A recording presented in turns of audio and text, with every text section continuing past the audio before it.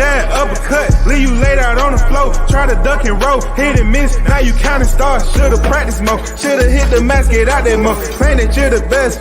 You gotta show me, son. Actions over words, baby boy. Is you real or what? Talking way too much, world come. Back sports, talking way too much, world come. Back sports, talking way too much, world come. Back sports.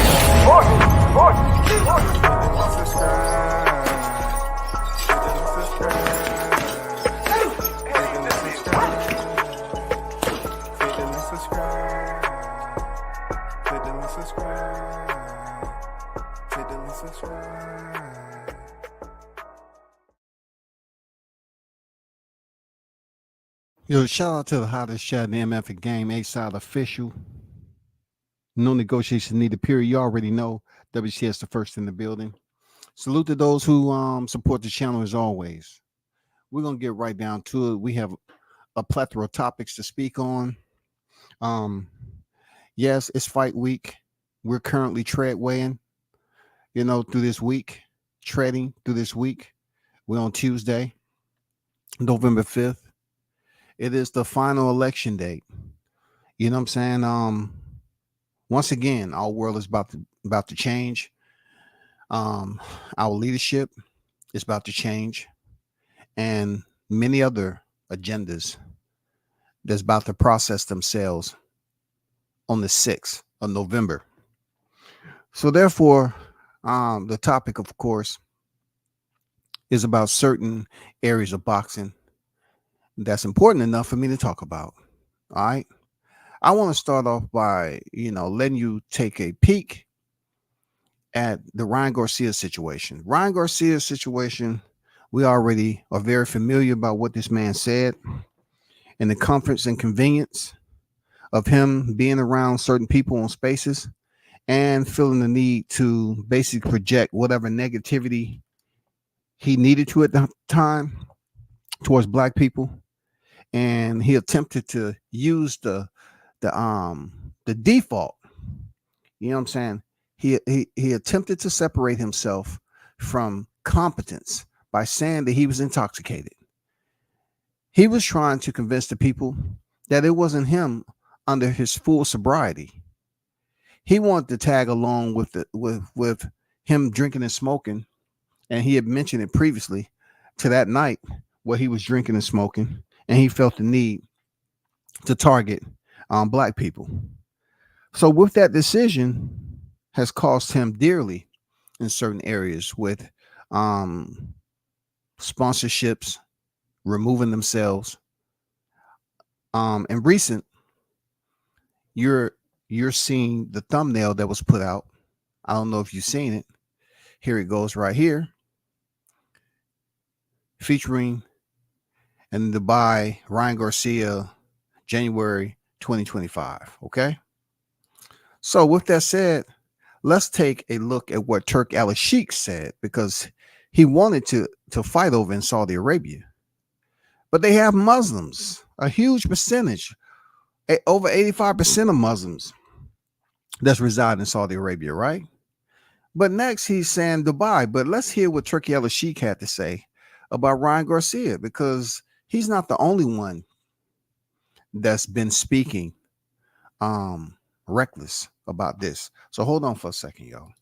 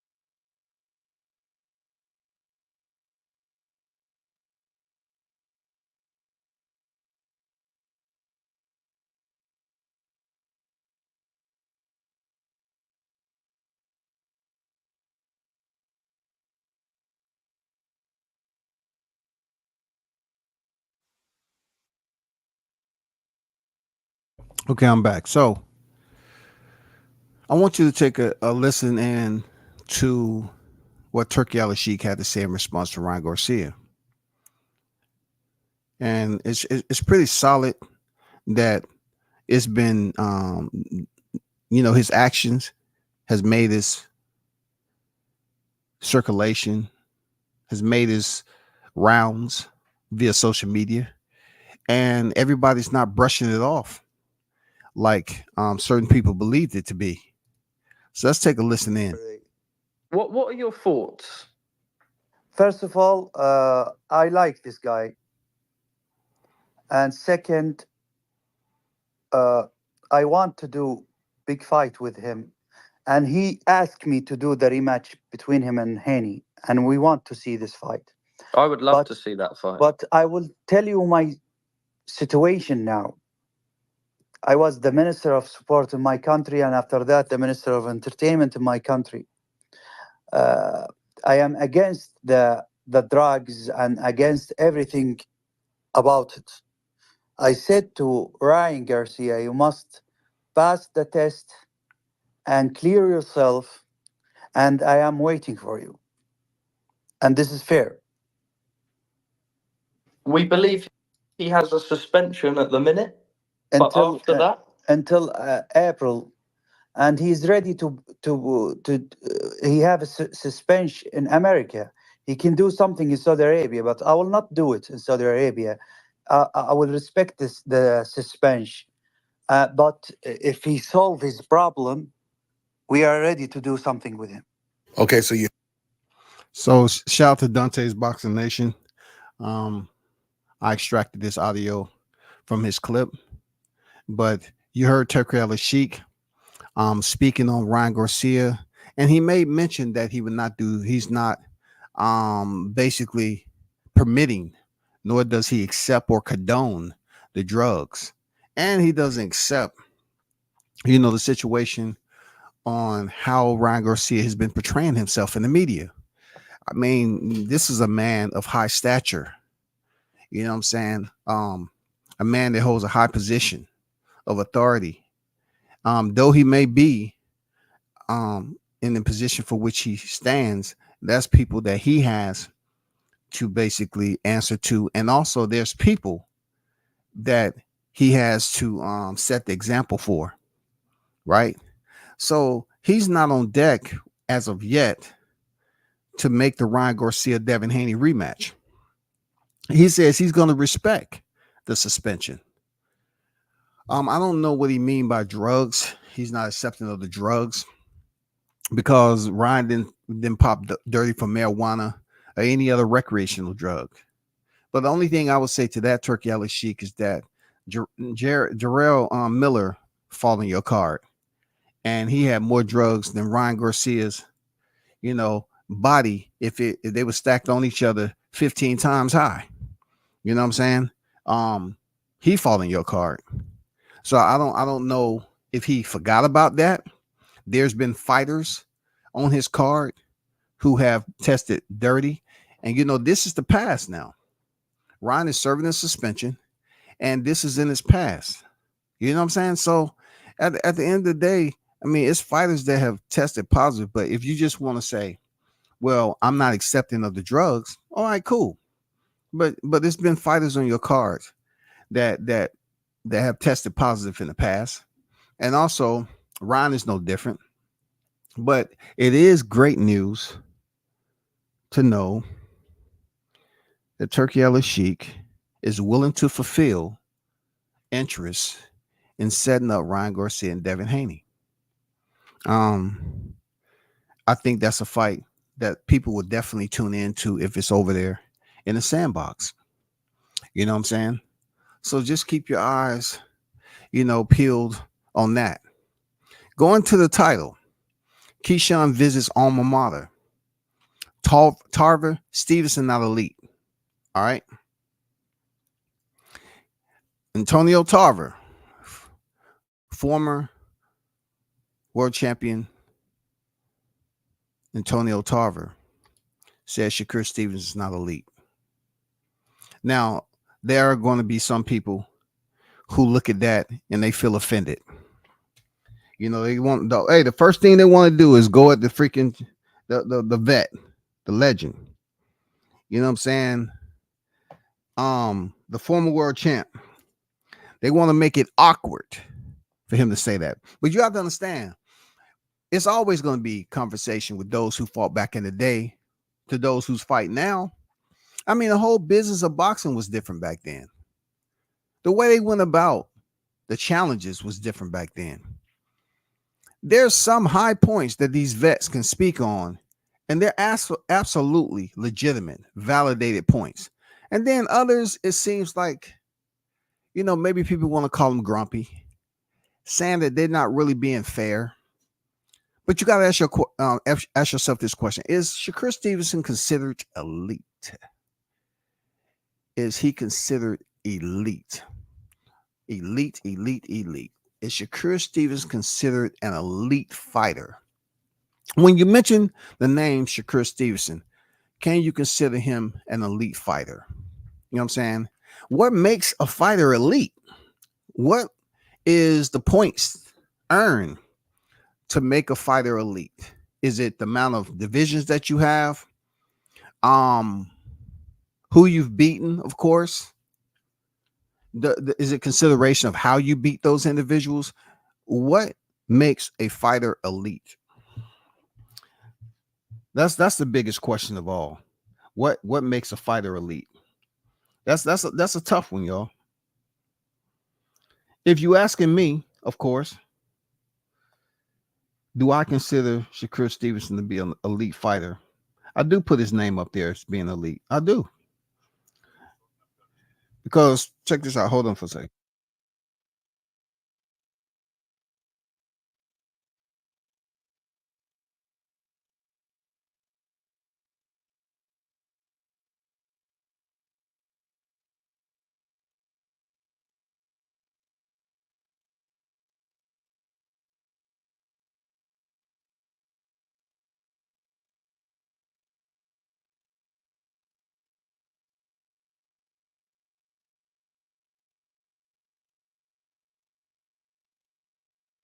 Okay. You know, I always try to organize it into, like, if it was paperwork, if it was a format for which we followed to consider a fighter elite. And simply it is almost freaking, you have to have standards that you abide by that falls within some type of scope of boxing. Because just like we try to find out the criteria pound for pound, it's difficult to find out what considers a fighter elite. Is it just based off the opinion of a veteran?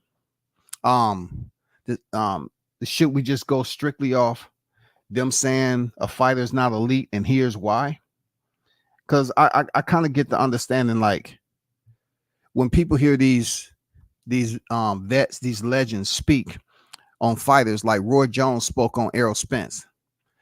Roy Jones was vilified because, you know, he just didn't go over the top in serenading Errol Spence with that stamp. You know what I'm saying? They wanted Roy Jones to speak for them and not for him. You know what I'm saying? They wanted him to basically co-sign what they've been saying all along. And Errol Spence at that time was just unified in one division. But when asked, Roy just simply said he did not know if Errol Spence was this, that, and the other. Why? Because he hadn't really seen him fight anybody. And look, that was before Sean Porter. So he actually had a point. He's like, hey, I'm just waiting. Yeah, you got Kell Brook out there, but I'm just waiting. And people vilified the heck out of Roy. The same with Antonio Tarver. All he's saying is he's basing his opinion on what he believes. You know what I'm saying? His opinion that he doesn't believe that Shakur Stevenson is elite. So let's go through this article right quick. He said, you're not elite. Shakur Stevenson giving the ugly truth. Shakur Stevenson got up in arms when retired former world champion Antonio Tarver said Floyd Kid Austin Schofield would be a great fight for him to be tested to see how he does before he faces Gervonta Davis. Excuse me. WBC lightweight champion Stevenson, 22 victories opposite 0 defeats, hosting 10 knockouts, said Tarver shouldn't be comparing the 22-year-old Schofield, 18-0, 12 knockouts, to the elites, meaning himself. Shakur points out that Schofield muscles don't mean he got punching power. Schofield looked powerful with the shots hitting the Mexican warrior Rene last Saturday night in their fight in Las Vegas. The punches that Schofield landed in the fight would have done damage to anyone in the 135-pound division, including Shakur. This is what Shakur had to say. Shakur Stevenson, what type of stuff is he smoking? He's comparing the little kid Schofield to the elites. Can't compare mediocre skills to the elite level skills. And just because you got muscles don't mean you've got power, said Shakur on X, reacting to Antonio Tarver, saying that he should fight Floyd Schofield to see how he does against him before facing Gervonta Davis. And Antonio Tarver, if Shakur can handle the miniature tank, Floyd Schofield, he should be ready for the full tank, Gervonta Davis. And with the kid style, it's giving us a good look at Davis. The reality is that 27-year-old Shakur hasn't proven that he's an elite fighter during his 7-year professional career. He's looked average since moving up to 135 in 2023. Shakur is not an elite fighter, and he's not even an A-level fight based on the lightweight performance. So pretty much,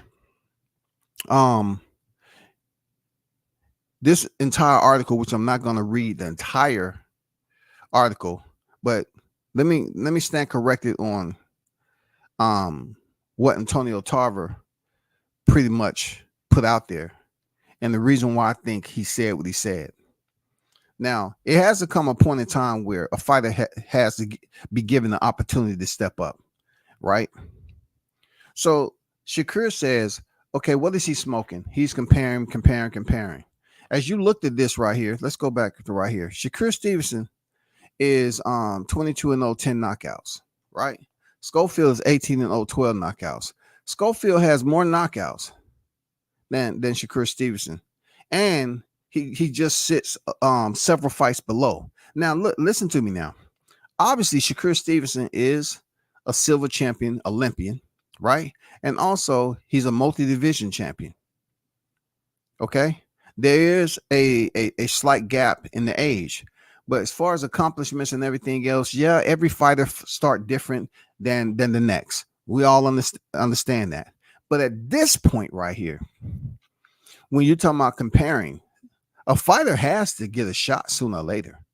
I mean, how many fights should a fighter have before they step in there with the fighter who's looking for competition? You're looking for competition. So therefore, since you're searching for that name, Floyd Schofield has been in the media like a lot of other names, Abdullah Mason, Keyshawn Davis. You know what I'm saying? Plenty of other fighters that's at 135. When are we going to give them the shot? This has nothing to do with pay-per-view.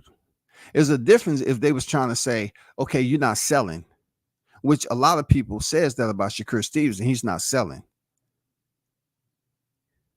He's not selling out, he's not selling for pay-per-view worthiness. So a fight like Schofield had been afforded the opportunity to main event pay-per-view and see what those numbers like. He's just not that big of a name. So how does he place himself in that position? For one, they're doing what they're supposed to. They're supposed to call out, just like these other fighters have called out and went back and forth and had online spats because they want to fight one another. Floyd Schofield is doing the exact same thing. There's no problem with that. You know what I'm saying? There's absolutely no problem in what they're doing. Continue to put your name out there. But is Antonio Tarver wrong for putting it out there that, hey, he considers Floyd Schofield a little tank, and if you get past him, then you're ready for the big tank?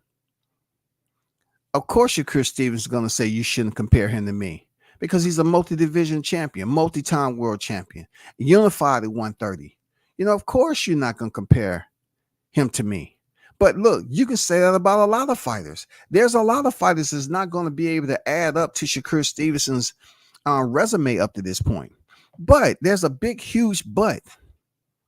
You know what I'm saying? It's a big, huge but that goes along with that. Is that when you talk about numbers, when you talk about the business, when you talk about pay-per-view, when you talk about being a people's champion, when you're talking about selling out arenas, what is your best fight to separate you from Floyd Schofield? You know what I'm saying? At 135. Is it Yoshino? It's not that, right? Who is the one? You know what I'm saying? Is it Edwin De Los Santos? Who's the one that really separates you at 135 from all the rest? And you're just sitting up there, you know, on that ridge line with all the kings. And the other ones have to climb them steep slopes, you know what I'm saying, to prove their worthiness. Who on your record that you can say that? That's my only thing. So you still have open space for Floyd Schofield to come fight you. You still have space. If you feel like he's fooled, then I'm saying fight him. Because Joe Cordina was about to get the shot from 130. He's about to get the shot. And then you're looking back, whenever you take the time to come back, you got to fight somebody with a name. Schofield, him and his father so much. They've been talking and they've been sending out requests. They've been putting out the whistle. You know what I'm saying? They've been barking. They've been saying, hey, we want the big fights. We want Shakur Stevenson. And before his fight, Shakur, came on live and they was up there going back and forth. And then, of course, the performance went down the way he did. And seeing the fight again, Schofield did show he had a decent chin. And, they can talk about Schofield getting knocked down from a guy who has power, but they turn around and say, hey, that's not you, Stevenson. You don't have power like he got. See, some people will balance it out and say, well, we can say that Floyd Schofield fought that fight like that because he knew he had power and he had an understanding of how tough his beard was, how durable his beard was. And this is a guy in Renee who'd never been stopped. As in Shakur Stevenson, he has this motto where it's hit or not get hit. I want to get hit the less. So, of course, Shakur wasn't going to stand there and trade with a fighter like Renee. And also, who knows if, how entertaining the fight would have been outside Floyd Schofield and his method to the madness on how he fought Renee and how Shakur would have fought Renee.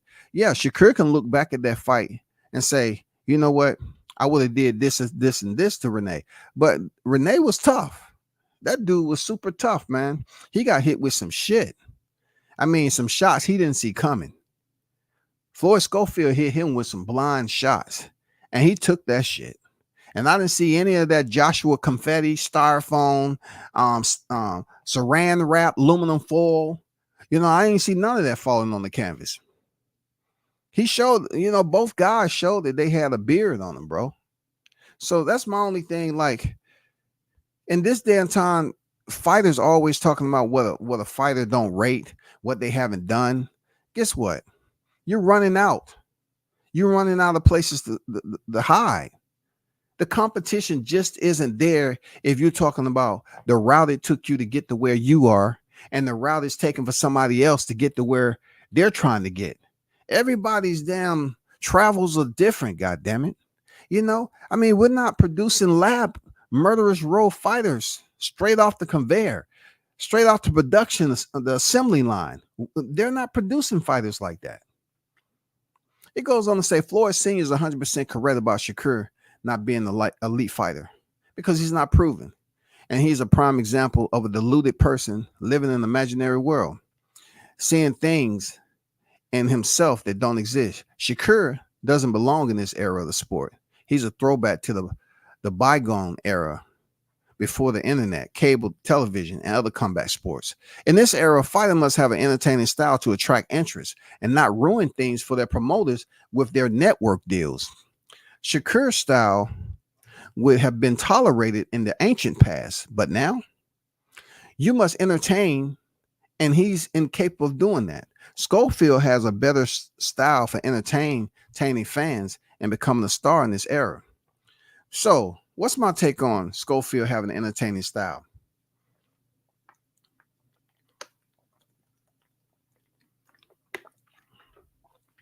I have to agree. I was tuned in to Schofield's fight. It was very entertaining to me. Though there were certain areas where I would have pretty much remediated the same type of energy his pops gave him in the third. It's like, what the fuck you know what I'm saying? I'm understanding as to why his pops remediated that type of energy. Well, why not? It's like, hey, what are you doing? This guy's never been knocked out and you're going tit for tat. You know what I'm saying? You're standing and you're getting into a firefight and you forgot you have 12 rounds. 12 rounds that wasn't originally scheduled. They gave you the other 2 rounds outside of a 10 round fight at the last minute, and you in there banging out with a fighter has never been stopped. Wasn't smart, but it was entertaining.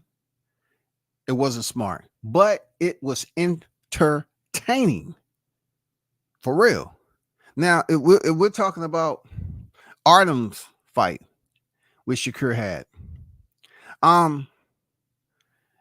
you know, like the legend said, like Terrence Crawford had mentioned, he said you was moving close, you was closing distance, but you wasn't letting your hands go. You know what I'm saying? Shakur is one thing. He's one thing when it comes to priority. And that is defense. You know what I'm saying? He's defense first, in my opinion. I know he says it's all about swimming, not getting wet. Yeah, he's the fighter, and it's nothing wrong with him having that type of mentality. But to the entertainment value of them trying to say fans was walking out of your fight and people will sleep and this, that, and the other. The Legends was basically giving you constructive criticism, but Shakur wasn't trying to hear too much of that. In it, you know, just sit there and listen and be receptive, but yet he was talking and basically rebutting what the Legends was giving him. One thing I can say about Schofield, being in the heat of battle the way he was, he has a good poker face. Even though his dad was absolutely fuming, he still maintained his composure and wasn't going back and forth. And he just, you know, was there breathing, you know, buying, you only have 60 seconds in between the fight. He was sitting there composed. Hey, I was entertained for his fight, bro. I ain't gonna lie. When they start to trade sometime, you know what I'm saying, throughout the 12 round fight, hey, it was entertaining, bro. I can't take that shit away from him. The article goes on to say, in this era, a fighter must have entertaining style to attract interest and not ruin things for their promoters. Hey, do fighters actually give a damn about that? Next, it says William Zepeda will likely finish Shakur when they fight on February 22nd in Riyadh. Zepeda is a rising star in the lightweight division with a fighting style that is fan-friendly and one that could make him a huge pay-per-view attraction with a knockout win over Shakur. Now, first of all, Shakur hasn't been knocked out ever. I don't know why people believe that fighters are going to come in here and just knock people out. Now, I'm giving you the examples, okay? I'm giving you examples right off the freestyle rip. We've had fighters who had 100% KO ratio. Just as recent, that has been wiped away. 2 premier fighters, Artur Beterbiev, he went the distance with Dmitry Bivol. He had 100% KO ratio, but he stepped in there and elevated his competition, and he went the distance with Bivol. Also, Virgil Ortiz. Yeah, you can have 100% knockout ratio, but also do you have defense? Virgil doesn't have the best chin, but you don't have to hear too many people talking about it. That wasn't the first time he's been through controversy. He faced controversy with Igis Kavalauskas, man. He's been there already. But people, when Virgil Ortiz go up, they don't want to mention that. But if it was Crawford, oh, it'd be mentioned every day of the week. He don't have a chin. He don't have a chin. We've had fighters with 100% KO ratio. But when it comes to stepping up the competition, like when he stepped in there with Bakram, we found out that depending on, is that fighter considered a bona fide contender? He's not a popular name as Virgil Ortiz, but is he a legitimate official contender? We found out he was. And we found out that he has a damn good chin, and he was able to take Virgil to the distance the first time. Just like Beterbiev was able to go the distance with Bivol, and he wasn't able to get the knockout. So when fighters look at knockouts, it all depends on the style. It all depends on the fighter that's in there. I know a lot of people are saying like, well, William Cepeda, he goes in there and knock out Shakur. I mean, what gives you that? If Shakur is defense first, it's going to have to be somewhat like a Liam Paro, even though Matias has a different style than freaking Shakur Stevenson. A lot of people felt like Subriel Matias would just walk his opponents down and break them. But Paro, he was a tough fighter. You know what I'm saying? His style was different. He was able to land some solid punches. He wasn't worried about Matias' peekaboo style, high guard, and just walk in the line of fire. With Shakur Stevenson, he'll try to inch forward like Mayweather used to do sometime, but Mayweather was letting his hands go. He'll hit you with that hook or he'll shoot that uppercut. So, it's going to be, William Cepeda and Shakur Stevenson in February. That's going to be the fight. That's going to be the fight right there. This is not Artem. This is William Cepeda. And if you know who he is, let me pull this cat up again. William Cepeda is no joke, man. It's a board. And he's going in there facing one of the toughest champions in the 135-pound division. I mean, one of the most decorated champions. Toughest champion, because Shakur ain't never touched the canvas. But, William Cepeda, man, is 31-0. You know what I'm saying?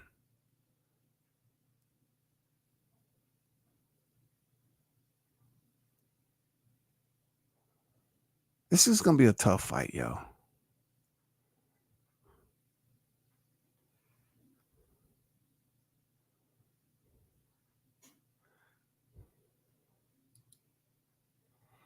Let me go to the other article that was out here. I want to go to another article that was out here. Where is it? About Shakur Stevenson.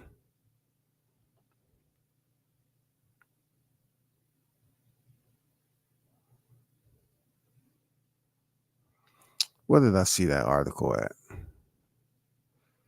Let me see.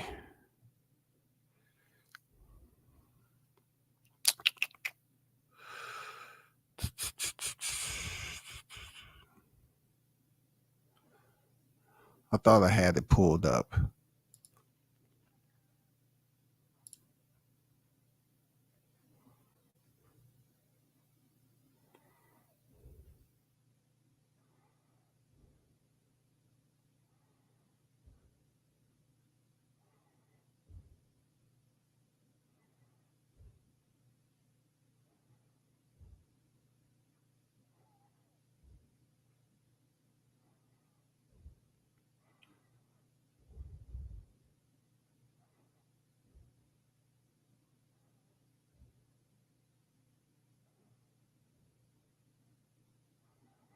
Yeah. Damn.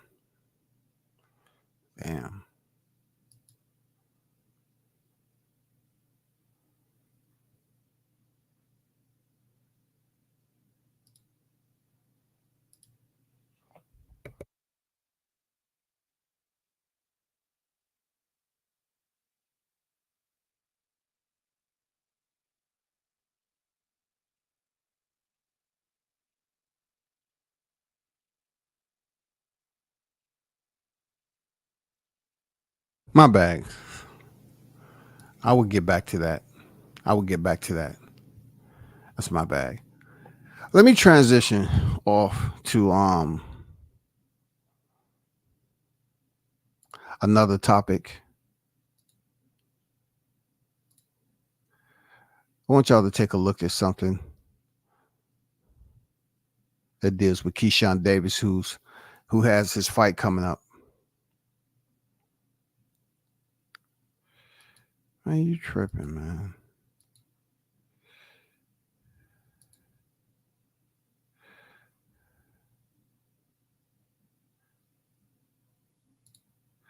I want to share this little snippet of Keyshawn Davis, who set the fight in his hometown, and he was on the local news, Channel 6.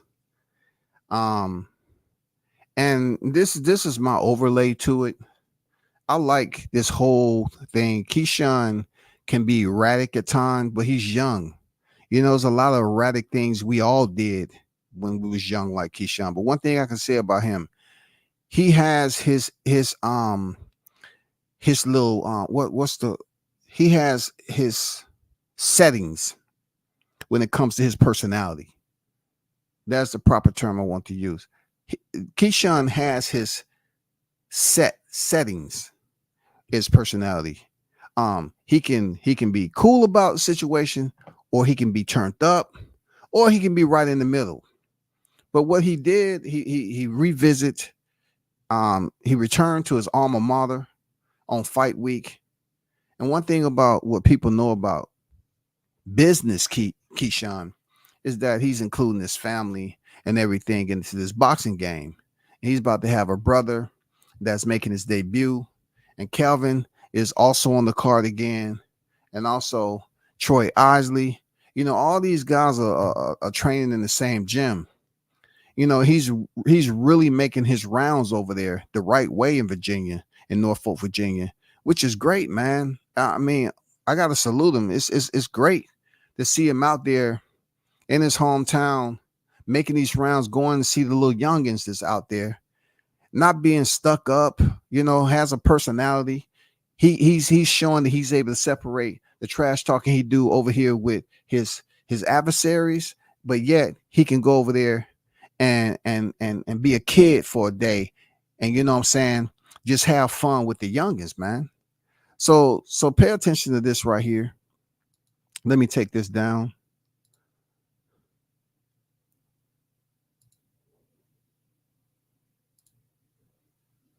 This Friday, ahead of the big bout, Keyshawn went to his Cox Elementary School today and talked with students about growing up in Norfolk and his journey to the Olympics and more.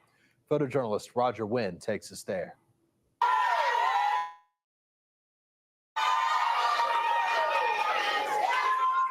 For having the kids line up for me as I'm running through the hallways, that definitely meant a lot to me, for sure.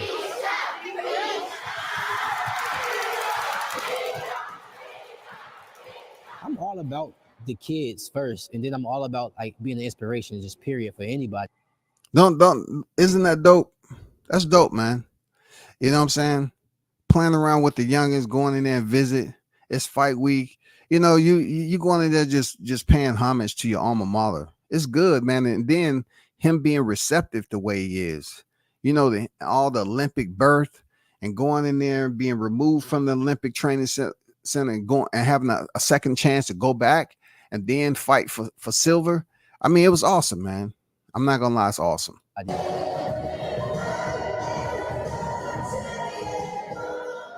I wanted to remember this because that meant a lot to not only me, but to the school, to the staff, to everybody that's seen it, that's going to view it right here. I wanted to take anything they can away from this today and just remember it for the rest of their lives. You know how I always talk about. I'm gonna let him finish though. I just wish, you know what I'm saying, we had in my generation just an inspiration to come back. And since we didn't, I just always remember that, like, okay, in middle school and high school, when I was in middle school, high school, I will always remember, okay, when I get to my position that I am now, I'm gonna do that.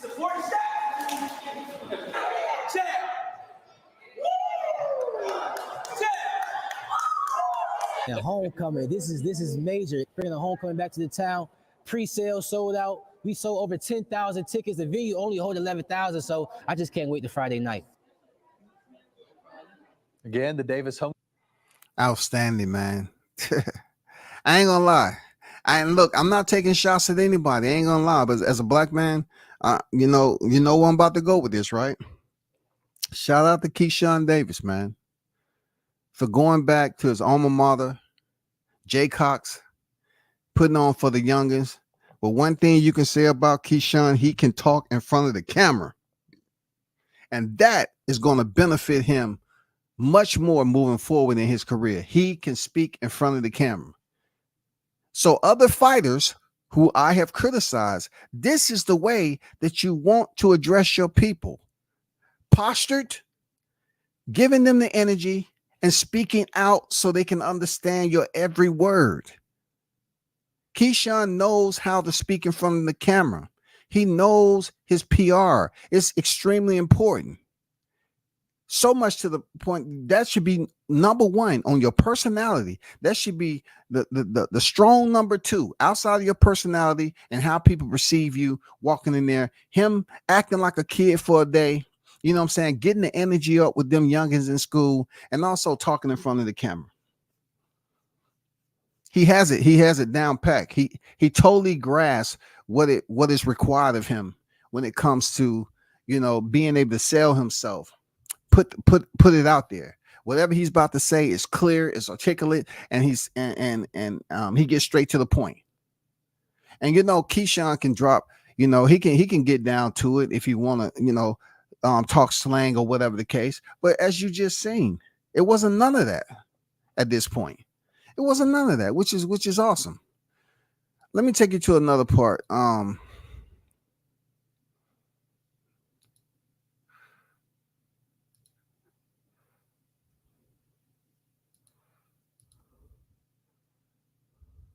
want to take you to a second half of Keyshawn. Where is it?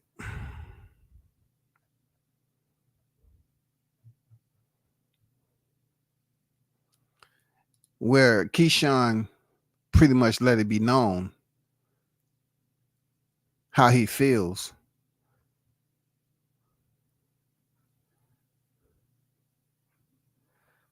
about always being asked about Andy Cruz. Okay, let's revisit this right quick because it's important. Now, Andy Cruz is the guy who beat him several times in the Olympics. So Keyshawn continues to freaking be presented this question, and just goes to show you he did a superb job going back to his alma mater, speaking clearly, straight to the point, and you know, having a lot to say. It didn't seem like he was there just going through the motions. No, man.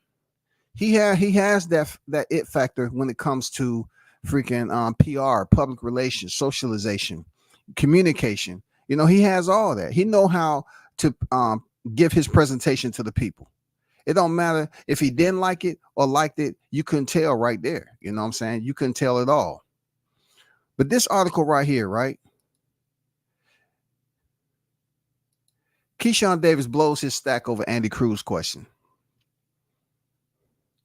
And I'm not going to get too far into it because this is not about Andy Cruz. This is Keyshawn Fight Week, you know, which is a big deal over in Norfolk. But I do want to go to the actual interview, which I thought the interview was pretty decent. Real talk. And once again, Keyshawn being able to speak. And like I said, Keyshawn has his settings. He has his settings. You just seen one of them at his alma mater. And now you're about to see another setting. Okay. I'm Manu Kakopian. Thank you for tuning in. Coming fight. It's going to be the Top Rank is rolling out the red carpet for you for this one, Keyshawn, because you and your brothers Kelvin and Keon will be fighting on the same card, marking the first time the three of you have fought together on the same night as a pro. How special is this moment for you? Very special. It's definitely something we've been dreaming of since we was amateurs, since we was in elementary school. You know what I'm saying? We always had this dreamed out. And of course we work our asses off to get here and shoot. Selling 7,800 tickets in 2 days. Of course, it's on track for it to be a sellout event. Man, this is something, God written for us, man, and we just living it out. From what I'm hearing, more tickets have been opened up due to the overwhelming response. And it's great to see that the community is rallying around you for this homecoming fight. Did you in your wildest dreams think that you would reach to this level where, you would follow in the footsteps of a Pernell Whitaker, who was very well known in the region, ended up being a pound for pound great himself, and you would kind of follow in the similar footsteps? But for sure, I never thought something less than that. I never thought of me starting boxing and me fighting in club shows. I never thought that I was not going to the Olympics. I never thought that I won't be a world champion. And one thing about it, you can say Keyshawn's confident in what he never thought he wouldn't do. You know what I'm saying? You're inspiring. You know what I'm saying? You have to have that self-motivation. You know what I'm saying? You have to have that hunger. It has to come from within. Some people are self-driven where they don't have to have external energy and motivation to get them and pep them up. You know what I'm saying? There's some that's just self-driven, man. They give it to you all. They continue to produce that internally to themselves. And then you have the external, you have some of these individuals that have to be motivated from outside entities. I always had big dreams, big visions. You know what I'm saying? And like I said, we worked our ass off to get here, and we never cut ourselves short. We always thought big. You know what I'm saying? And now we doing it big. Let's talk about the opponent, Lemos. Last time we saw him, he gave Richardson Hitchens a very difficult fight, and some people even felt that he won that fight. How are you going to handle a complicated fighter like this? How he gonna handle a complicated fighter like me? I feel like I'm the best in the division. Each fight, I'm gonna just keep showing it and showing it. I opened a lot of fans' eyes with my last performance, and that was just an 11-0 performance. You know what I'm saying? I'm about to be 12-0 now, so I'm gonna just give y'all something even better, something different. I feel like every time I come to the ring, I give y'all something better and different. But I always give y'all a performance. The reason why we selling 7,800 tickets in 2 days, the reason why I'm having a homecoming at 11-0, and that's just not me being cocky. That's just for these 11 fights that y'all been keeping up with me, that I've been performing. I've been doing a lot of talking, but I've been also been doing a lot of backing it up. One thing about backing it up, right? Keyshawn had one performance that was a bit shaky, but every performance can't be smooth running. It's gonna be a little here and there, little bumps in the road and all that. But one thing we definitely know from the inception of him stepping into the professional ranks when he was still, vying for Olympic medal, to him leaving the professional ranks, going back over there to the Olympics. When I say leaving, I mean going back to the Olympics to fight for silver medal, is that Keyshawn has that work ethic. At the end of the day, he does, bro. In order for you to lead the professional, like I'm just saying, as a professional fighter, you out here fighting as just a professional boxer, and to be able to get a second chance to go back to the Olympics and fight for gold, to take on that, you have to be able to, you have to be built for that. You know what I'm saying? That's one thing we found out. He's built for making adjustments. He's built to fight for adversity. Because they always talk about how a man is tested. A man is never tested in comfort and convenience, but in challenge and controversy. And he went over there and won the silver medal. Now now he's back, fighting on a regular schedule as a professional boxer.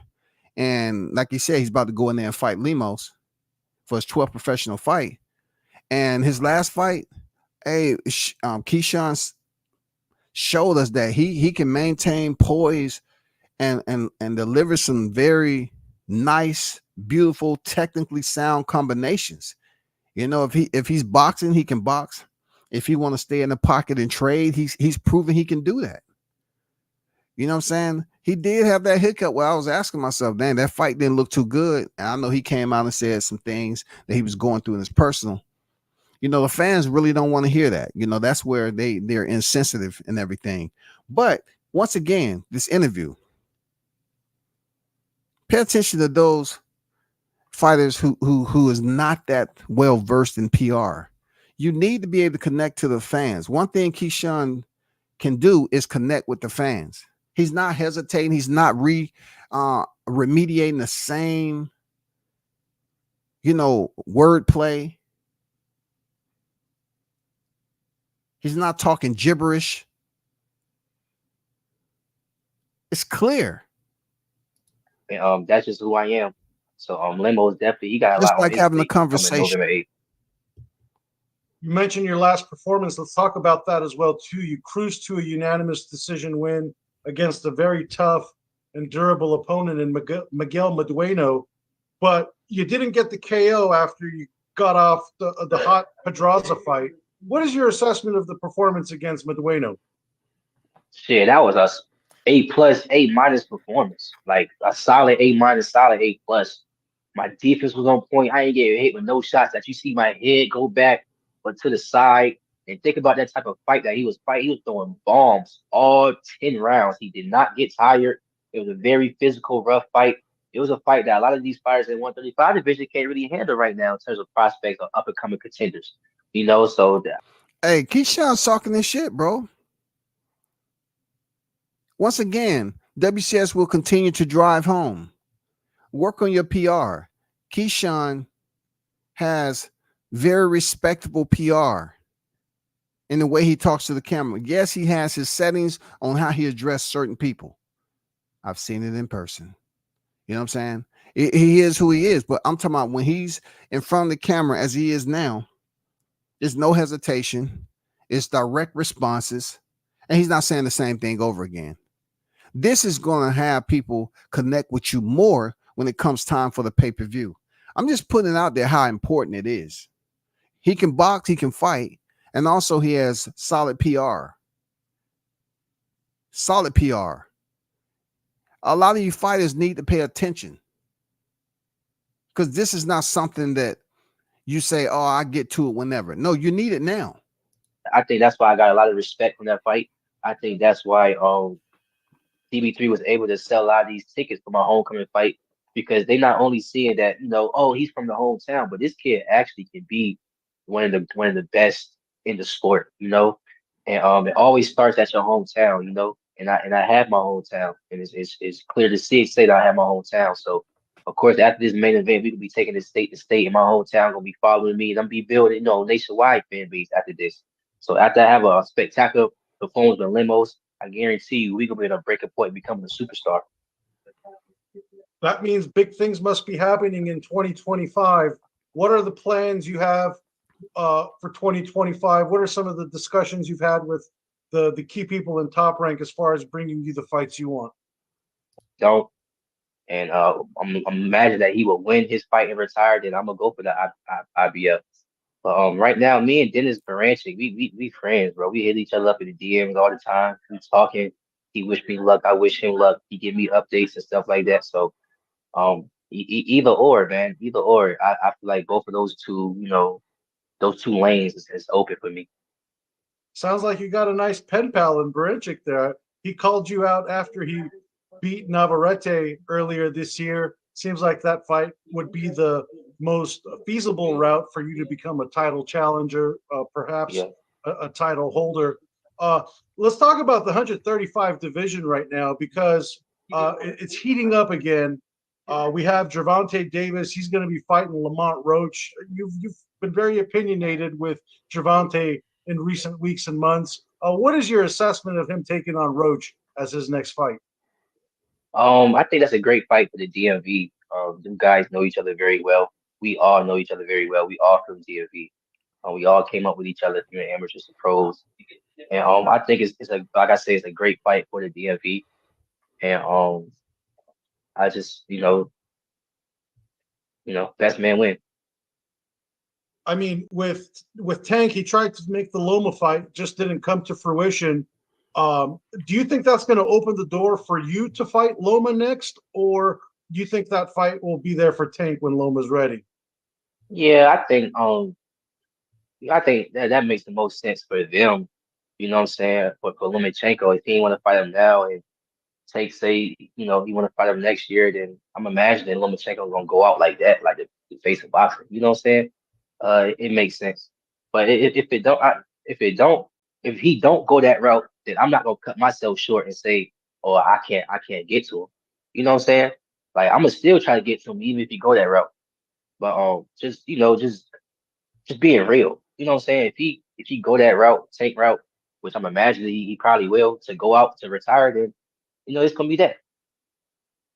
With the 35 picture as well too. I know you don't want to fight Stevenson. He's your friend, and I know you picked him to beat everyone else in the division. And this is where, my criticism comes into play.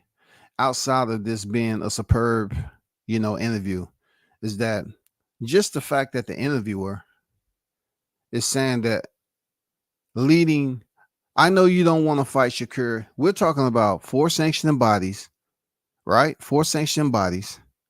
And you attempting to prove that you're the best at 135. But yet the interviewer understands that when it comes to the name Shakur Stevenson, that's your friend.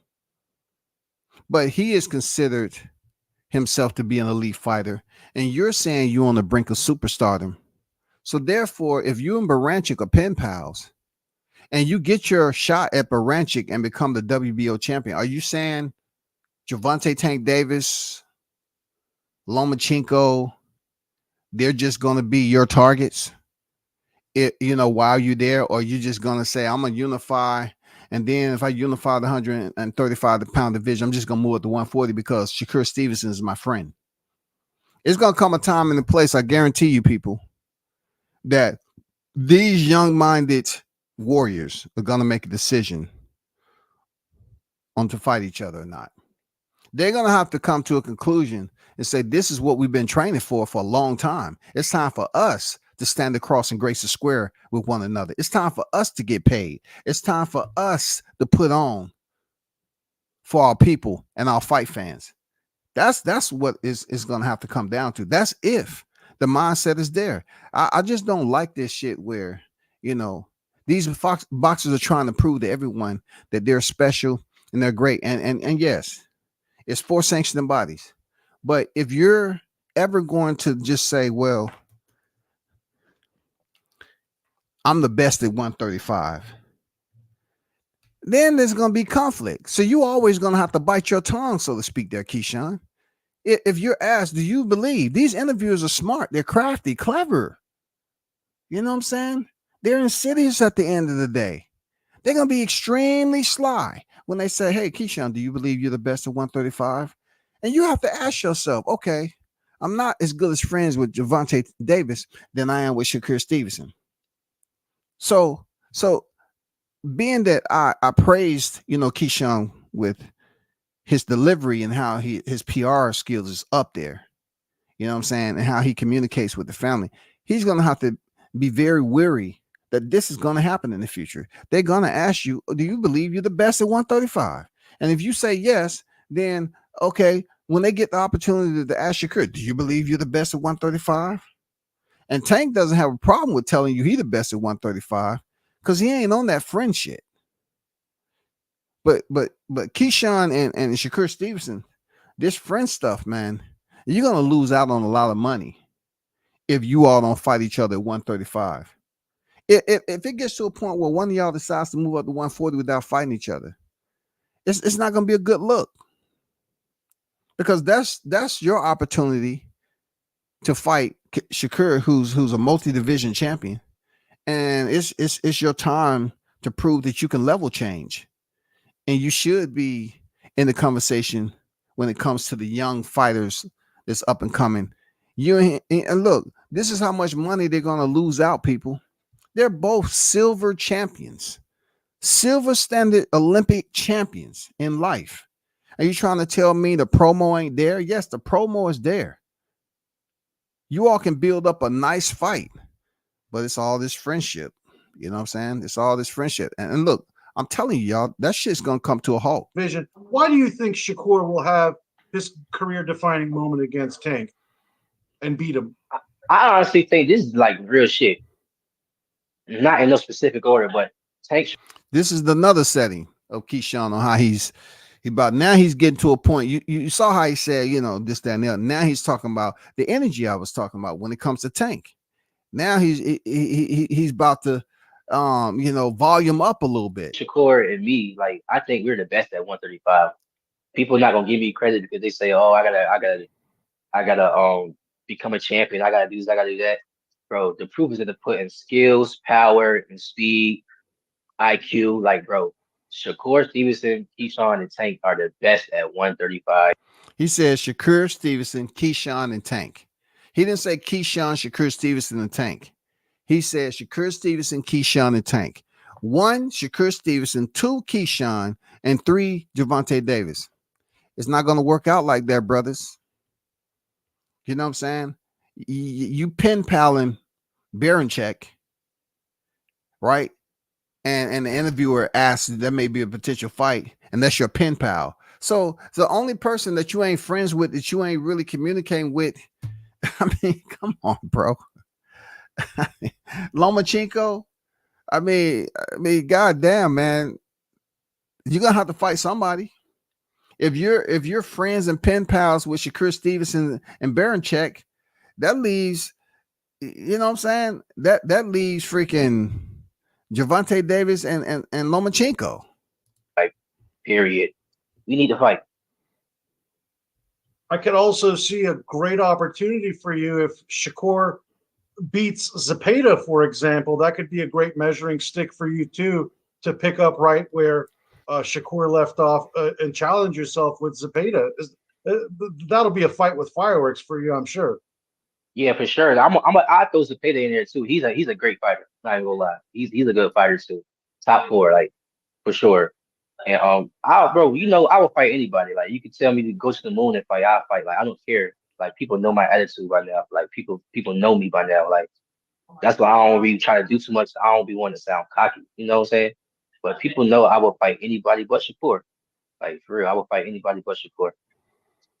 And that's what you're gonna have a problem with. You know what I'm saying? That's unfortunate. He'll fight anybody but Shakur, and they're gonna, they're young, they're in their 20s. So possibility they may be on track, when they might see each other in 140.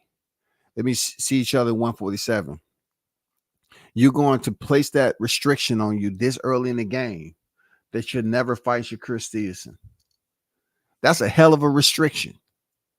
That's a hell of a restriction if Shakur is planning on moving up in weight and continue to win championships and divisions. And you're going to say, well, at the end of the day, I'm getting older now. I'm in my 30s. I'm going to just continue to try to go division to division. And if Shakur is in there, I'm not going to try to unify, for undisputed if he's a champion. So you're basically restricting yourself from potentially achieving something to separate yourself when it comes to legacy. You're saying if Shakur Stevenson is in the division, you ain't fighting him, especially if he's a champion. Man, I don't get it, man. I know you have the I don't world like it. title aspirations, but I'm sure a lot of people would also like to see that fight against Andy Cruz. When do you think is the right time for you guys to fight? Do you think that's like a title unification type of a fight, or would you be open to fighting him if the opportunity is there before you become a world champion? Y'all be wording that question wrong. The ball is in their court. We are waiting on them. We already sent them a contract. We already sent Kent Austin a contract. Kent Austin promoters said we don't want to entertain Keyshawn. Like, I'm not getting up here fucking lying to y'all. Kent Austin promoters said they don't want to entertain me. I already got on live with Eddie Hearns and told Eddie Hearns to set up the fight. I don't know what more y'all want me to do. Like, literally, stop asking that question. I already tried to fight these guys when I was still co-maining. Now I'm main eventing. I can fight him now as a main event. If I send him a contract, are they gonna sign it? I don't fucking know. But at the end of the day, I'm going for my world title, and I'm going for the biggest fights out there. He is one of the biggest fights out there that I do want to fucking fight, like next fight type shit. But I'm not gonna keep entertaining something that they not fucking ready yet. What he 3-0, 4-0? Like, what the fuck? You know what I'm saying? Like, he's not ready yet. He's not ready yet.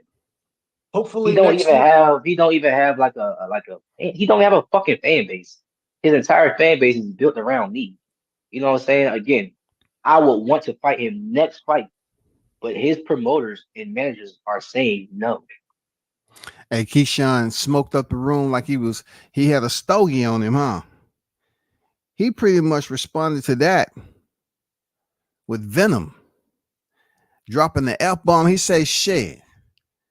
How many times I got to tell y'all about that? The contract was sent.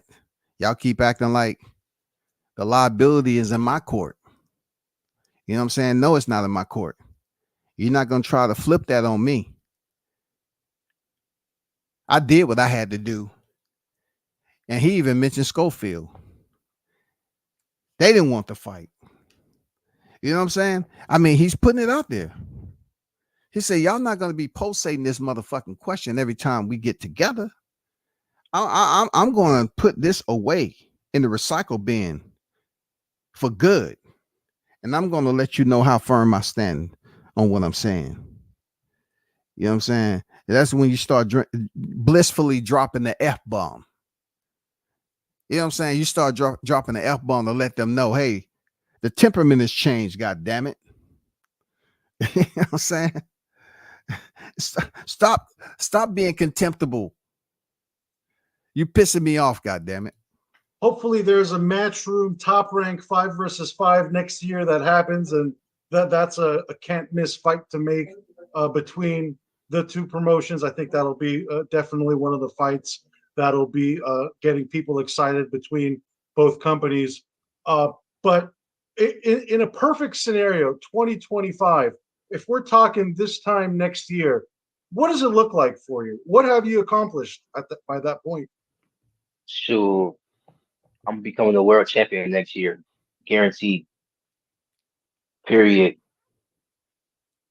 You know, 2024, it's already been a great year for you inside the ring, outside the ring. You became a father. You're headlining the event back home. The wins keep piling up on your record. But as a father myself, I'm curious, how has being a father changed your life? Man, it got me thinking about just my sport. Like, I don't get hit, but now I'm really not about to get hit. That's like kind of like the only thing I'm thinking in terms of my sport. Like, my defense is about to be crazy. I'm not. I don't even get cuts in my face. I don't be getting nothing. And that last fight was so physical, so dirty. Still walked out of the ring with nothing. You know what I'm saying? But that's the only thing I be thinking about, man. Like, even when he get old enough to actually watch me, see me fight, I want to be in there sharp so he know his father good. I want him to look back at these old fights, looking at these fights like, dang, dad, you was that good at 11. Like, you know what I'm saying? So, I'm thinking for his future right now, and for I'll say our future. You know what I'm saying? Like a whole 360, bro. It's like I'm not just thinking about me at all. Everything I think is for him. So How difficult is it also being in camp while also trying to enjoy being a father as well too? definitely hard, man. You be missing them, man. You wake up, I be missing them. You wake up, you think about them, you post them, you just keep looking at that post that you're looking at. It's like, all right, bet. All right, I gotta go to the gym. And then you train you just it's an extra motivation for sure. It's an extra push, and it's definitely hard, like staying focused for me with him because I got an Airbnb out here in Vegas, but I also got a house out here in Vegas. So it's nothing for me to just go pull up on him to go see him. You know what I'm saying? So I gotta have that discipline of like, nah, stay in the camp house and just lock in and just do this and do that. You know what I mean? So different experience, but God don't make mistakes. I'm getting through it. And going back to your fight, November 8th at the Scope Arena in Norfolk, Virginia, your brothers, Kelvin and Keon, I'm sure you guys are looking for the trifecta, 3-0. But what does the perfect night look like for you? Give me your prediction. Keon starting out with his debut, getting the first round knockout. Kelvin come right behind that, getting another spectacular performance, stopping his guy. He got another tough opponent coming up. Troy Isley, the co-main event, right before it beat. Everybody knew what Troy Isley do. Troy Isley is a monster, transformer, call him Mega Troy. You know what I'm saying? And the main event is gonna be me. We're gonna be 4-0 that night. DB3 is a family. And in that family, Troy Isley lies there too. You know what I'm saying? The Davis brothers, DB3 is a family man. And again, that whole entire night, I got my sisters involved doing something that night. I'm gonna do something for my mother that night. Of course, my grandmother gonna be there. CB3. It's gonna be a family event, and y'all gonna realize like, damn, these guys like that, these guys doing it like that, these guys love their family. Like y'all gonna realize everything, how we move, who we are that night. And I also saying in terms of the performances, y'all need to be there. If y'all not gonna be there, y'all gonna be mad that y'all won't there. The atmosphere is gonna be crazy. It's gonna be the card of the year. I'm gonna have to. I'm calling it. I'm gonna have the fight of the year. Me and Lemos are gonna have the fight of the year. And the atmosphere of Norfolk still to this day is off the chain. People tweeting about it all the time on Facebook, talking about it all the time, asking for tickets. Like people is going crazy about this fight. Like no lie, I never lie to y'all. 7,800 tickets sold in 2 days, and it's going to sell out 10,000 people. So, hey, be there. If y'all can't even get in the building, we got a watch party for y'all. You know what I'm saying? Like, be there, be square. That shit, that junk will be crazy, man. I'm telling you. I'm telling you. You got me excited to buy a batch of tickets myself. I'm trying to tell you, bro. It's gonna be that, bro. It's gonna be worth your time. But before I let you go, you predicted knockouts for all your brothers. Will you do what Hitchens couldn't and knock out Lemos? Hey, y'all asked me the same question last time with my last fight. You remember my last fight, right? Absolutely. Did I get the knockout? Not with Medueno. Was it the fight of the night though? It was entertaining, definitely. Okay, so was it the fight of the night? I would say so.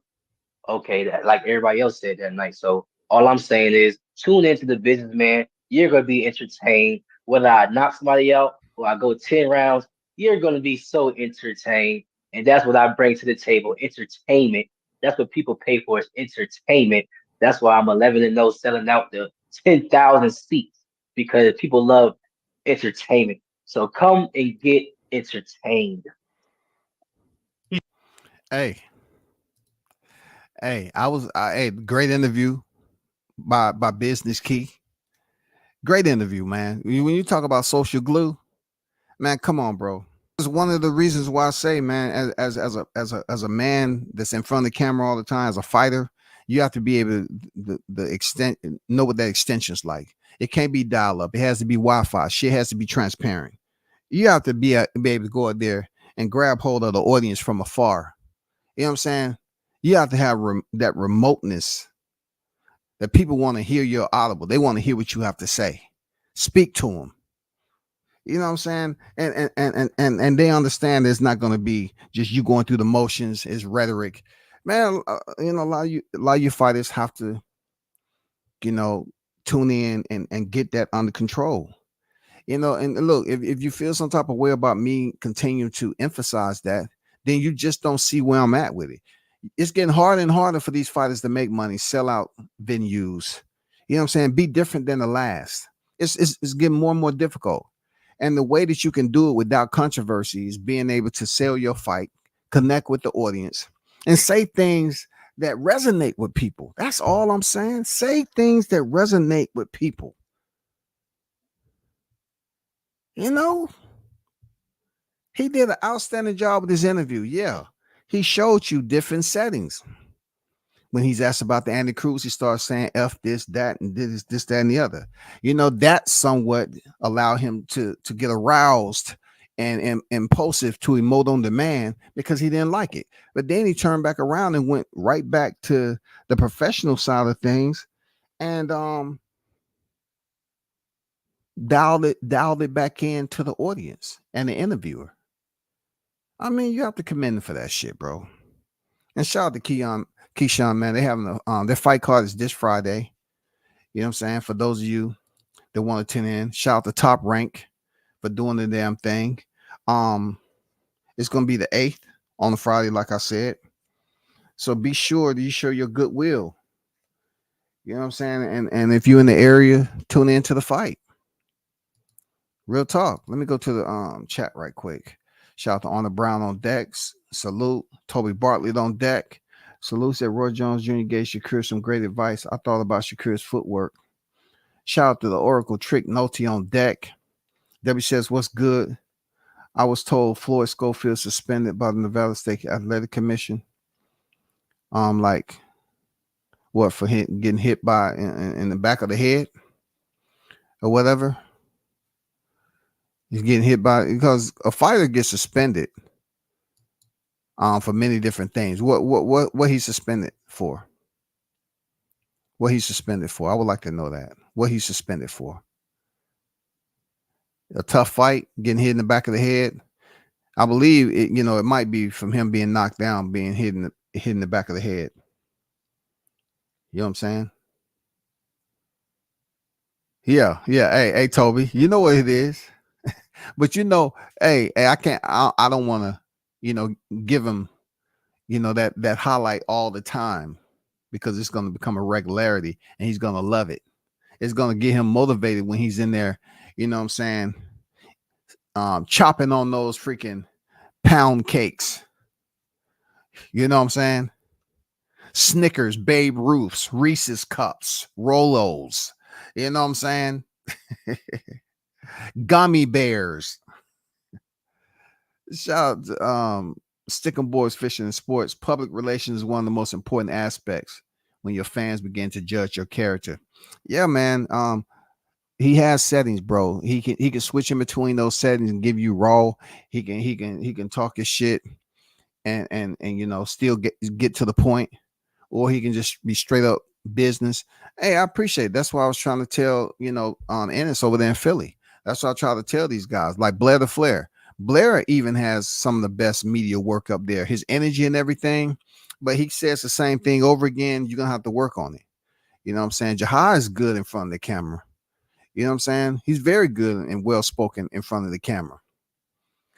When it comes down to what Keyshawn did and how he acted in front of the kids, he really showed that he can change it up and get the little kids involved. Don't come in there like, hey, I'm who I am right now. I'm fighting on TV. I'm doing y'all a favor. No, he was up there being funny. You know what I'm saying? He was being funny. He was showing his personality, showing that he can be giddy. You know what I'm saying? He can perform. He can go there and entertain the little youngins, man. They're important. That's his alma mater. You feel me? It was a point in time. That was his alma mater, yo. He was attending that. So I thought it was genuine, to be honest. I thought it was genuine. Shout out to OG Bruce Gas, Boxing, Jazz, and more. What's good? Shout out to Smoke Session Sports and Entertainment. Salute to you, brother.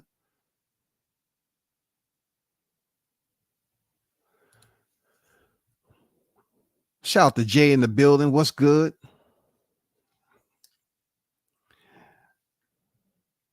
Yeah, he said that's what's up, giving the kids something to look up to. Yeah, for sure, man. For sure. Shout out to Big Dog Willie. Salute. Salute to you.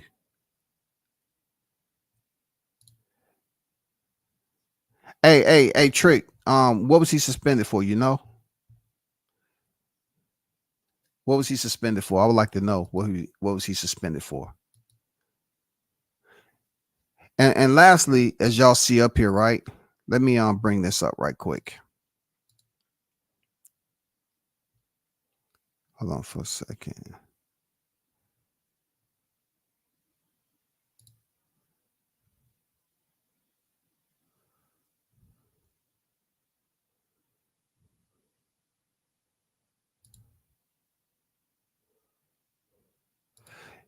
Y'all remember this. Teofimo says he stands by controversial comments. I wouldn't be Teofimo if I did apologize. So even back then, this article was written May 31st, 2023. The reason why I start with this is that it's basically residue of another controversial moment that he had the previous year. It said the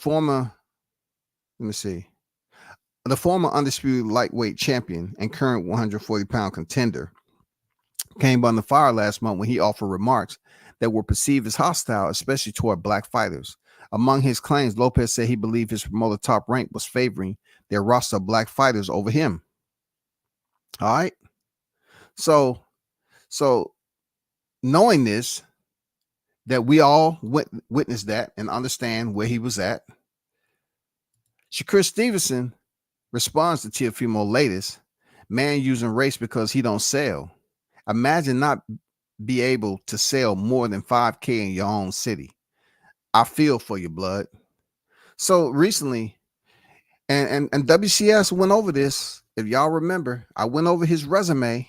I will take you back there, right? I went over his resume, and y'all know I'm not capping. I spoke about this, about Teofimo and his resume. Let me bring up his resume one quick time. I brought up Teofimo's resume, and I highlighted. This is Teofimo's resume, y'all. 21-1, 13 knockouts. If you go down here, I went through the Claggett, the Ortiz, the Taylors, the Martin, Campa. Where are the brothers at? Kambosos, Lomachenko, Comey. Where are the brothers at? Menard, Silva. Where are the brothers? Where are they at? So he recently came out and said he fought 2 white boys, which clearly is more than 2 white boys, right? He said, I need to fight a black boy now. It's not racist. I'm just trying to bring everybody together. I think that was the weakest, the lowest point outside of what he said previously. That was another low point, not the lowest point, another low point for Teo to absolutely crash right into that wall with his hands behind his back, looking goofy as hell, because he tried to once again reinvent being offensive and disrespectful. He said, I'm gonna leave the N-word alone. I'm gonna leave the monkey and the banana alone, and then I'm going to go another angle because I love being controversial, right? He said, I'm going to refer 2 white boys, and then I'm gonna zip it up with, I need a black boy. What does that have to do with anything? Are you stupid? You're 27 years of age, bro. What is that doing for you? You've had okay fights, you know what I'm saying, with whoever. You look bad against Jermaine Ortiz, Sandor Martin, and just the whole point of you remembering George Kambosos. What does black fighters have to do with it? Go back to when you fought Masayoshi Nakatani. That's when you shine. Go back to when you fight Richard Comey. Go back to when you fought Lomachenko. That trifecta right there benefited you the most when it comes to professional boxing. Everything else is trash. Bro, it seems like you just lost it. You give me the vibes like you're trying to you had an intervention and you just came out the 12-step program. And you're trying to reinvent yourself out here because you've been gone for a long time. I don't fucking get it. Why are you so hell-bent on controversy and making it about black people? What's wrong with you, bro? I used to big you up so much. You was cool before you got the titles and everything else that came along with it. But I know you went through some personal issues. Okay. But what does black got to do with it? What does the blacks have to do with it? That's all I'm saying. What does the blacks have to do with it? I ask, what direction are you trying to go with the blacks? You need a black boy. What black boy? Why don't you just fight the people that's in your freaking Puello? Puello's not black enough for you? Do you want just any black fighter? Just say it by their name. You don't have to call them a boy. I mean, that's just the simplest way to put it. You want is being smart and always talking about black history and all that. I mean, you're confusing a lot of people. Very mentally drained right now. I don't know where Teo is going with the bullshit when it comes to, you know, being offensive, extremely vulgar, talking about black people. I thought Shakur made a very solid point about Teofimo Lopez not being able to sell out. But what is the point? It's only so many times I'm gonna ask the question. Like, how do you believe this is gonna package up, you know, future benefits for you and send it off to wherever you're trying to go? Where you think you're gonna make the money? You already see Ryan Garcia being penalized for where the money's at. He's trying to go over there and make up for all the sponsors that left him. So where are you trying to go with this? Let me tell you something. You're thinking for now. You're closer to the edge than you think. For real, you may not be able to understand it because you've been standing next to that cliff for a minute, but you're closer than you think if you believe a black fighter is going to change your life. What black fighter are you asking? Just find any champion and go after it. If you want to be so-called, okay, in one sense, you're freaking angry and very offensive towards blacks, but yet and still you're acting like you need a black fighter to elevate you to the next level. What the fuck is it, bro? Make up your goddamn mind. How can you sit up here and attempt to demean a black fighter, but yet you're acting like you need that black fighter to elevate your status in the sport of boxing? You act like you're desperately needing us, bro. Which one is it? You criticize us, you vilify, you're very offensive. You're adducing all this information to be disrespectful, but yet you want them to give you a shot. Who is the black fighter? Are you still on Crawford? Who do you want, bro? Like make it known. Who do you want? Stop playing around and just acting like, hey, I just want to be offensive. I just want to be controversial, Mr. Controversial. I need a black fighter. I want to disrespect the shit out of them, but I really need them to help me get to the next level of making more than $1 million. Huh? Look, Canelo Alvarez. Are you co-signing this bullshit that T.O.'s talking? He's over there in your stable now, right? Guilty by affiliation. You accepted this knucklehead into your stable. So I'm asking you, y'all can't give this man any advice? Are you co-signing this? Are you condoning Teofimo's action and his words? I'm just curious, bro. That's all. I'm just curious, bro. I don't get what is this dude is talking. Like, you need a big fight with a black fighter, but yet you're shitting on us as a people because you need to take it to the next level. Why can't you do it without us? I mean, just think how you going about this. It's very ambiguous, bro. Very contradicting in more than one way.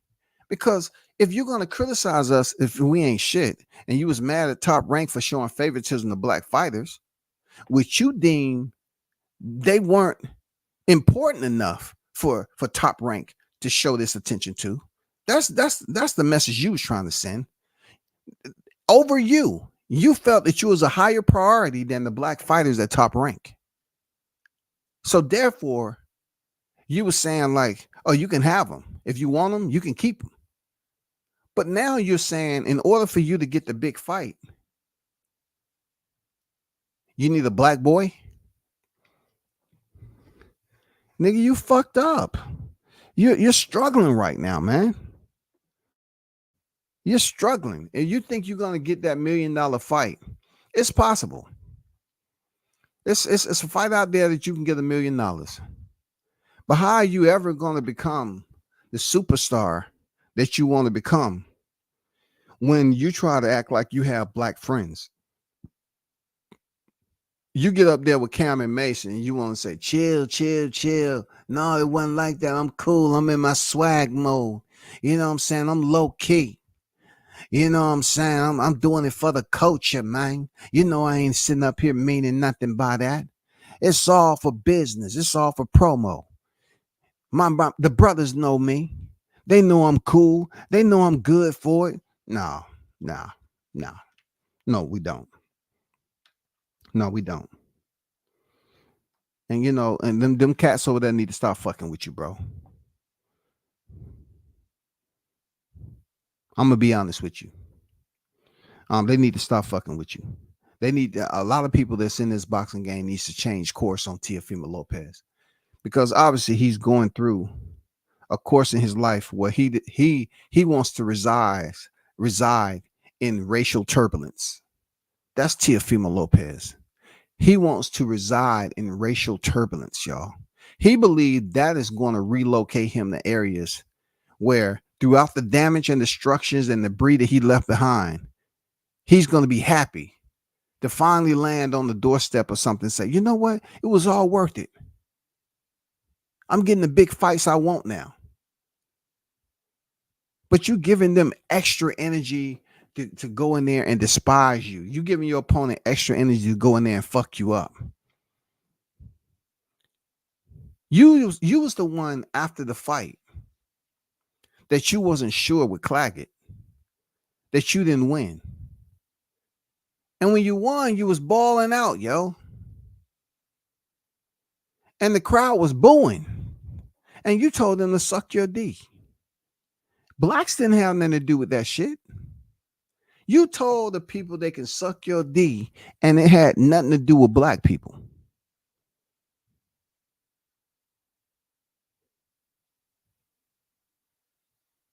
What happened, man? It seems like it's somebody black outside of the ropes that really became a personal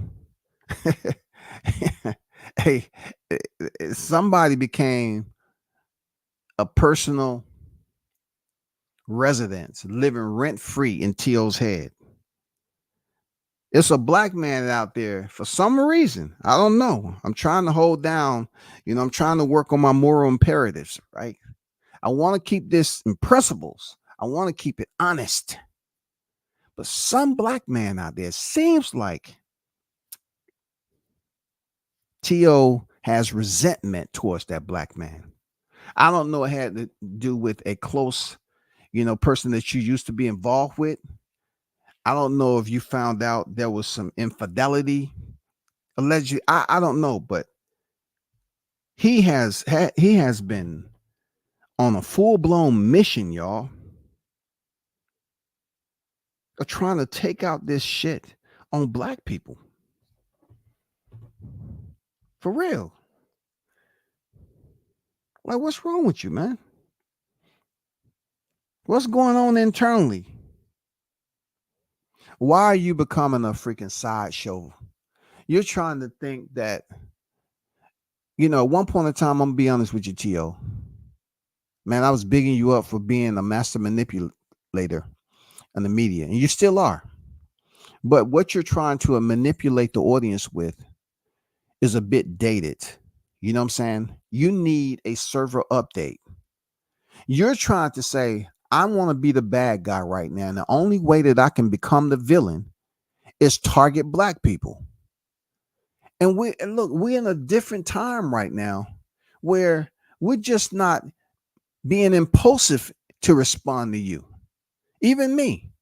It's not giving the response that, like Ryan Garcia, he was up there dropping the N-word, right? There, T.O.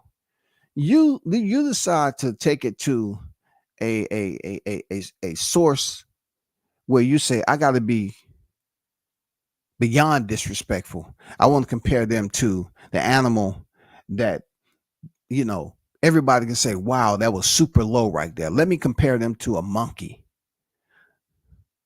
Let me compare them to a laboratory experiment. Let me do that. That's what T.O. decided. And then, look, that fizzled out pretty quick. So he's sitting there bored. He turns around and say, I need a black boy. Oh, I'm not being racist, but I'm just saying I had two white boys. I need a black boy. What do you mean you need? And why does a grown man have to be considered or placed on the level of a boy? Like, what's wrong with you, bro? You want people to believe that you're crazy, but you don't know how to convince them that you are. All you're doing is convincing the people that you're stupid as fuck. Ryan Garcia had people convinced that he had some shit going on and that he wasn't all there mentally.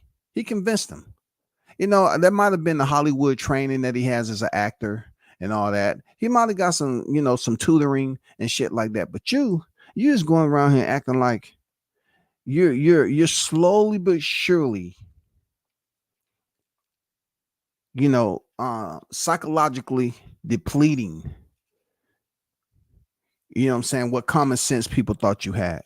I thought you knew what you was doing at one point in time. And what you was doing for the media, it wasn't bad. You know, like you was manipulating the media. I said, okay, all right, that's funny.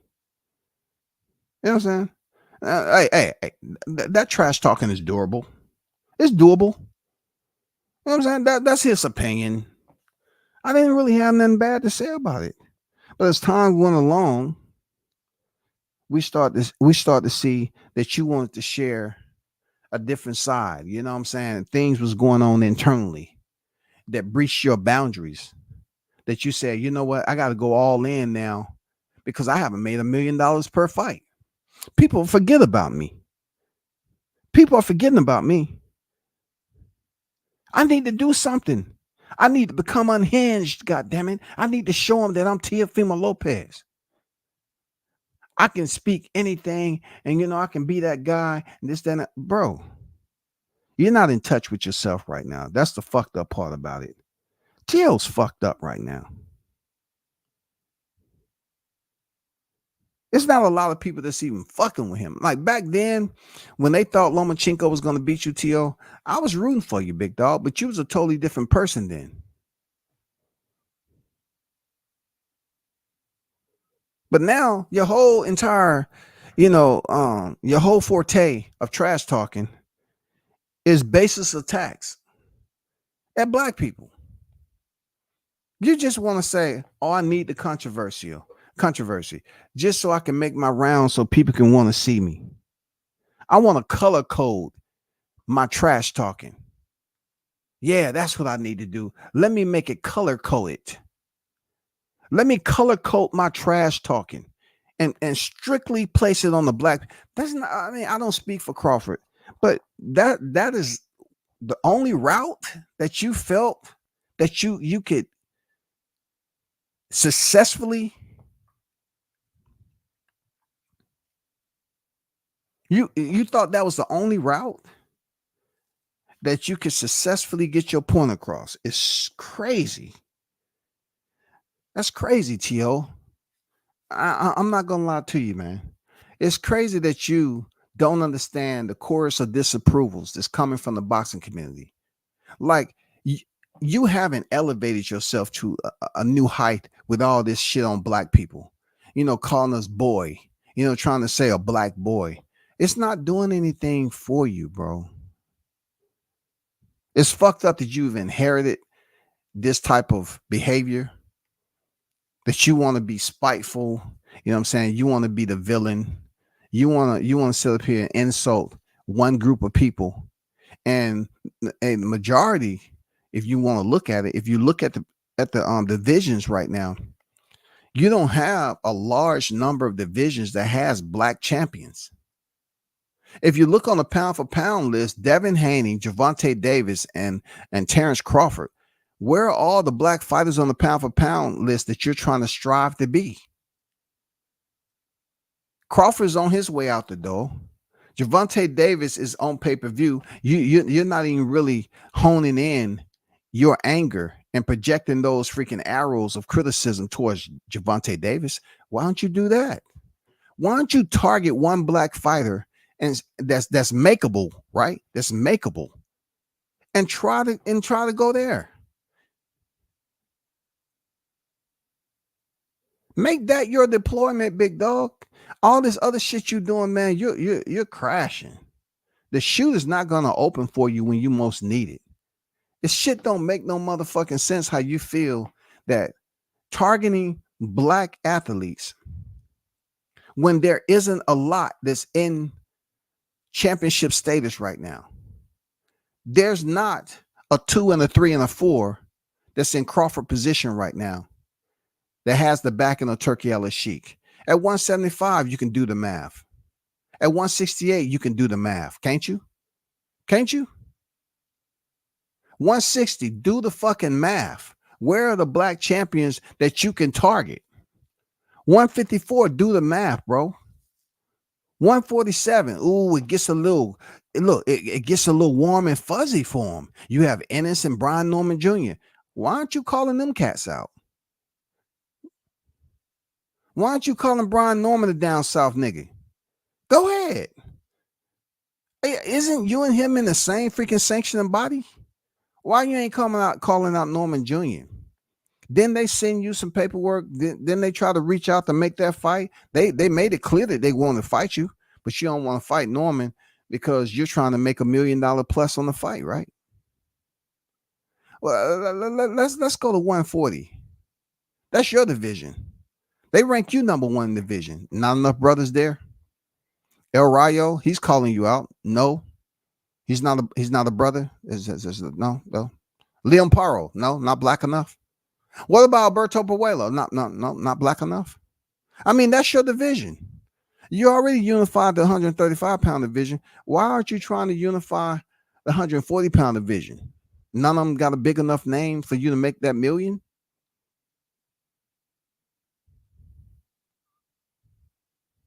$135 got a lot of upcoming blacks, but I know you can't make 135. I know you can't make 135. You made it perfectly clear when you lost to Cambozo. I get it.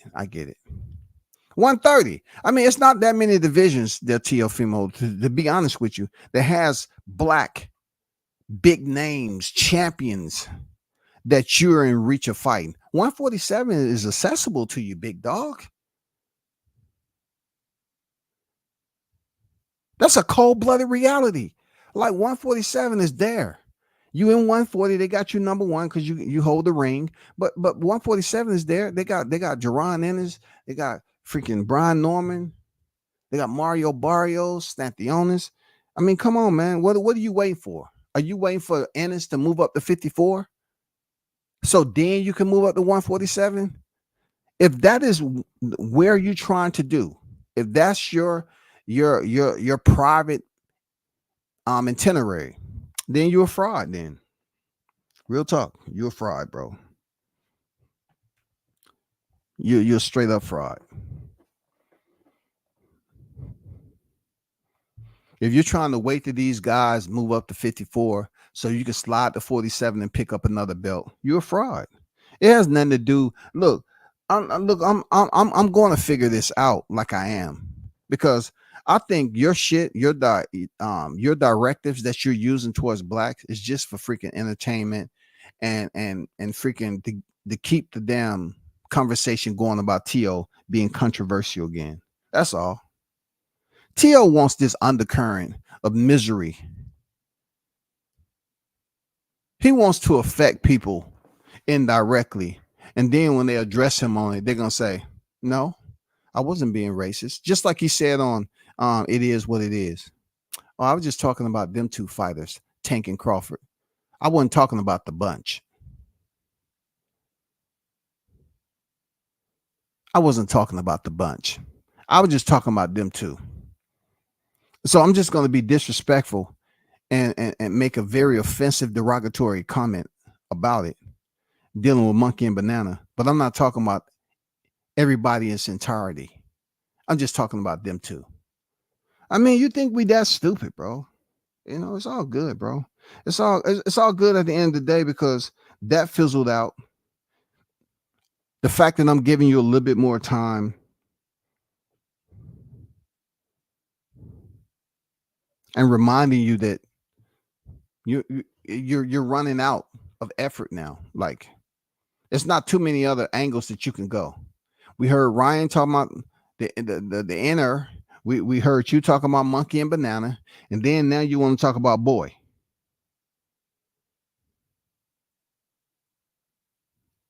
I mean, I'm jotting down your notes. Well, what's next? I'm gonna leave you with this there. You need to find a different angle to drum up public support for your initiative. If your initiative is to single out black people, then you're basically saying, okay, the black people that's in the sport of boxing, they're important. They have priority. But where are these black people that you're talking about?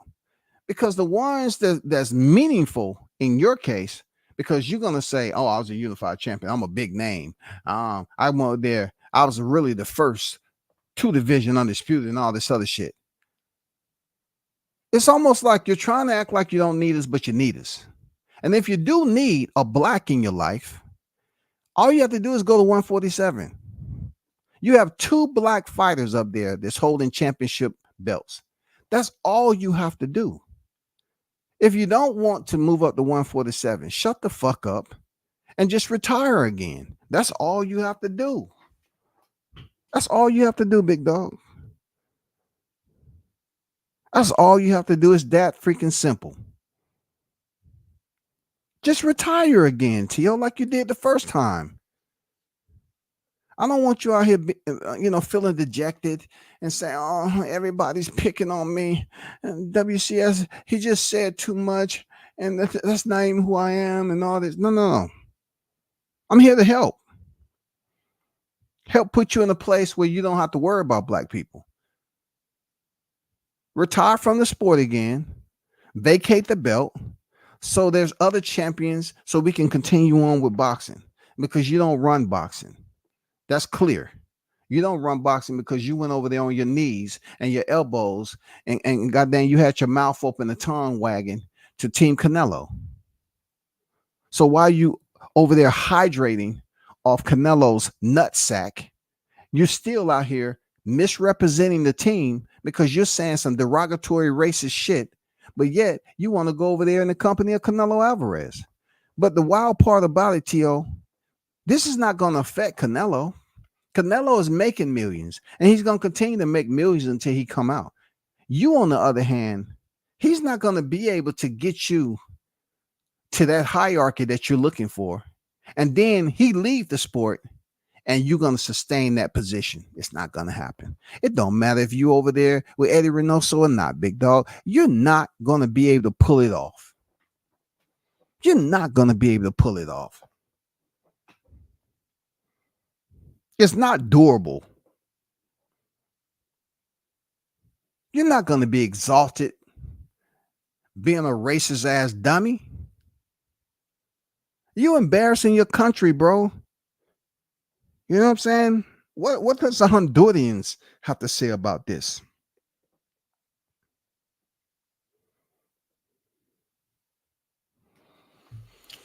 Shout out to News by Shot News Sauce Experience in the building. Team Tucker Fisher on deck. Salute to you. He said FTO, he on the chopping block.